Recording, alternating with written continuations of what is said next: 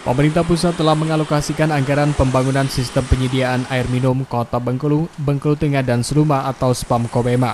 Pembangunan ini termasuk proyek strategis nasional atau PSN.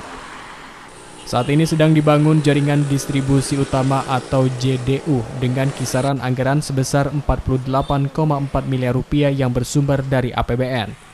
Sedangkan pembangunan jaringan distribusi ke 3 wilayah yakni Kota Bengkulu, Bengkulu Tengah, dan Seluma bersumber dari APBD senilai 24 miliar rupiah. Targetnya pembangunan tuntas pada Oktober atau November mendatang agar bisa diresmikan Presiden Joko Widodo.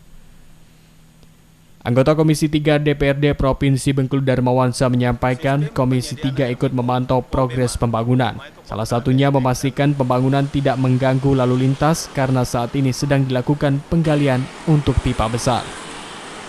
Selain itu, Darmawansa juga meminta agar SPAM ini terhubung di IPA Surabaya, tidak hanya di IPA Nelas saja.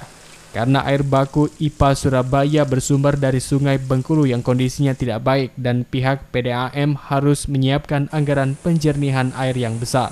Tercemar berat. Nah itu PDAM-nya pun rugi karena menyediakan penjernih tawas dan lain itu sangat besar. Dan kualitas airnya sampai ke penduduk juga diragukan. Harapan kita dengan ada pipa masuk nanti ke itu mengganti sumber air Bengkulu itu ditutup masuk ke yang dari PLTA Musi. Selain itu, politisi Golkar ini juga meminta Pemda Kabupaten dan Kota berkontribusi, terutama dalam pendistribusian air dari IPA ke rumah masyarakat. Darmawansa juga meminta UPTD SPAM Kobema bisa menetapkan tarif yang dikenakan, serta kontribusinya ke pemerintah provinsi dalam bentuk pendapatan asli daerah atau PAD. UPTD SPAM Regional Bengkulu Kobema itu tugas mereka untuk sampai ke tarif.